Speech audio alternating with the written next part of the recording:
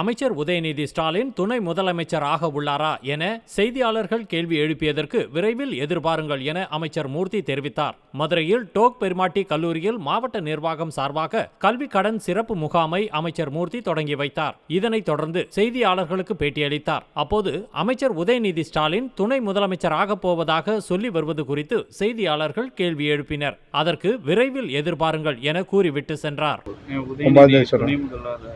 சொல்லிட்டு இருக்காங்க. ஏற்கனவே நீங்களாம் நிறைய சொல்லியிருந்தீங்க. அந்த இது எப்படின்னா தொடர்ச்சியாக சொல்லிகிட்டே இருக்காங்க. எல்லாமே விரைவில் எதிர்பாருங்க. இந்த வணிக வரித்துறையில் இந்த ஆண்டு இந்த நிதியாண்டில் வருவாய் நல்லா ரைஸ் ஆகிட்டு போயிட்டே இருக்கு. வணிக வரித்துறை போன ஆண்டை விட இந்த மாதத்தில் இந்த மாதம் வரைக்கும் 4000 கோடி கூட இருக்கு. ஆனால் இப்போ இந்த வணிக வரி போதும் அதெல்லாம் ஒன்றும் வேணாம், இது மட்டும் போதும். குறிப்பாக சில நிறுவனங்கள் வந்து இந்த வரி ஏய்ப்பில் ஈடுபடுறதுக்கு நம்ம துறையிலேருந்து என்ன மாதிரியான வரி ஏய்ப்பில் இருக்கிறதுக்கு பூராத்தையும் அவங்க ஜிஎஸ்டி நம்பரை கேன்சல் பண்ணி ஒன்றிய அரசுக்கு அனுப்புகிறோம். அவங்க தான் டெலீட் பண்ணணும். இப்போ ஸ்ட்ரீட் சர்வேன்னு எடுத்துகிட்டு இருக்கிறோம். அதை எடுக்கும்போது தான் யாரெல்லாம் போலியாக அதாவது தொழிலே பண்ணாமல் தொழில் பண்ண மாதிரி நம்பர் வாங்கியிருக்கிறாங்க அதையெல்லாம் இப்போ பிடிச்சி ஒவ்வொரு வட்டமும் அந்த நம்பரை கேன்சல் பண்ணி மேலே அனுப்புகிறோம்.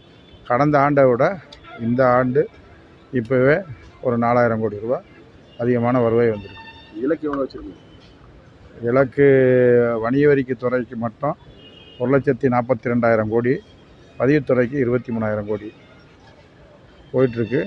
அதோட எங்களுடைய அரசினுடைய இது என்னென்னா நியாயமாக நேர்மையாக தொழில் பண்ணுங்கள், அதோட பொதுமக்கள்கிட்ட வாங்கின ஜிஎஸ்டியை அரசுக்கு செலுத்துங்கன்றதில் முனைப்போடு இருக்குது. அதனால் நேர்மையாக பண்ணுறவங்களுக்கு எல்லா உதவியும் பண்ணிகிட்ருக்குறாங்க. அதனால் வருவாய் வந்துகிட்ருக்கு.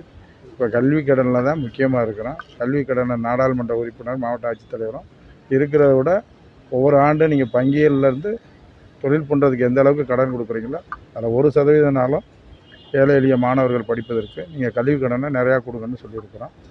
ஆமாம், மீதியெல்லாம் சொல்லிட்டு இருக்காங்க. ஏற்கனவே நீங்களாம் நிறைய சொல்லியிருந்தீங்க.